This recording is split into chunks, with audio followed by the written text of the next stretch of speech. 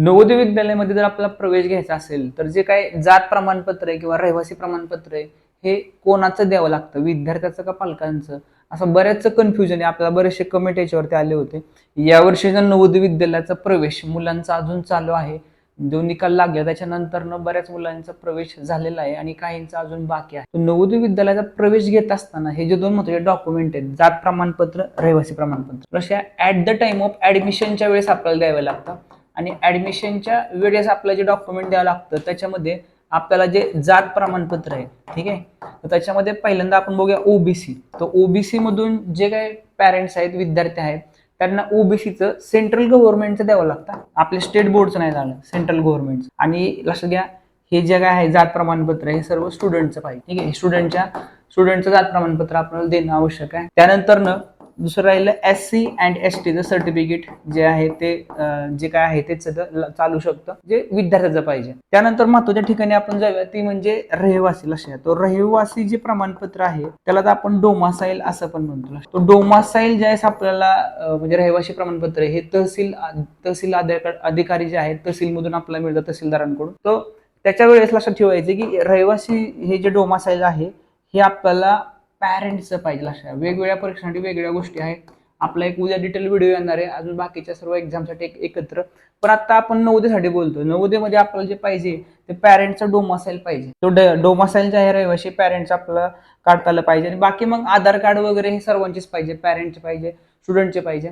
आणि जो काय आधार कार्डचा ऍड्रेस आहे तो त्याच जिल्ह्यामधला असला पाहिजे ज्या जिल्ह्यामध्ये आपला विद्यार्थी 5वीला शिकत आहे. तुला सगळ्या हा एक कन्फ्युजन सर्वांचा दूर झाला असेल. जात प्रमाणपत्र स्टुडंटचं पाहिजे, ओबीसीचं सेंट्रलचं पाहिजे. आणि जे रहिवासी आहे त्याला आपण डोमासाईल म्हणतो ते पॅरेंट्सचं असणं आवश्यक आहे. तो आता बऱ्याच पालकांना पुढच्या वर्षी एक्झाम द्यायची असेल तर त्यांना हे डॉक्युमेंट अशा पद्धतीने क्लिअर करता येणार. त्याचबरोबर नवोदय विद्यालयामध्ये आता फॉर्म भरत असताना काही गोष्टींची आवश्यकता असली पाहिजे. ज्यावेळेस आपण आता फॉर्म भरणार आहोत तो फॉर्म भरताना जे स्टुडंटचं आधार कार्ड आहे, तो स्टुडंटच्या आधार कार्डचा जो ऍड्रेस आहे हा सेम डिस्ट्रिक्टचा असणं आवश्यक आहे. सेम डिस्ट्रिक्ट म्हणजे ज्या विद्यार्थी ज्या जिल्ह्यामध्ये आता सध्या शिकत आहे त्या जिल्ह्यामध्ये असला पाहिजे. हे फॉर्म भरत असताना आपण बघतोय. जर हे नसेल तर ते तुम्ही करून घ्या असं मला वाटतं, त्याच्यामुळे प्रोसेस तुमची सोपी होणार आहे. जर नसेल तर मग आपल्याला एखादं वेगळं रेसिडेन्स सर्टिफिकेट द्यावं लागतं. तर एक महत्वाची गोष्ट आज आपण बघितलेली आहे. नवोदय विद्यालय किंवा वेगवेगळ्या स्पर्धा परीक्षेमध्ये अशा खूप बारीक सारी गोष्टी आहेत ज्याची पालकांना खूप अडचणी येतात ज्यावेळेस ऍडमिशन करत असताना. तो यासारख्या गोष्टींचा अपडेट मिळत राहण्यासाठी हा एक महत्वाची गोष्ट. नवोदय विद्यालयाची एक महत्व जी काय नवोदय विद्यालयाचा डेली लाईव्ह क्लास आपला चालू असतो झूमवरून. आपलं जे युट्यूब चॅनल तिथं तुम्हाला क्लासेस सुद्धा पाहायला मिळतील जे क्लास झालेले आहेत. त्याचबरोबर आपलं नवोदय विद्यालयाचं इंग्लिश मीडियमसाठी विद्यार्थ्यांचं एक महत्वाचं पुस्तक आहे. 2026च्या अपडेटेड सिलेबसनुसार 2,500 पेक्षा जास्त MCQ याच्यामध्ये नवोदय विद्यालय क्लास 6 इंग्लिश मीडियमसाठी. यासाठी आपल्याला खाली नंबर दिलाय. आपल्याला हे घरपोच मागवायचं असेल तर आपल्याला हे घरपोच मिळून जाईल.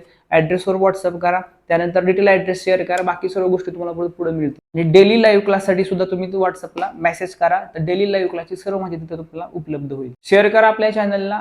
भेटूया आपण अशाच महत्वाच्या पुढच्या व्हिडिओमध्ये.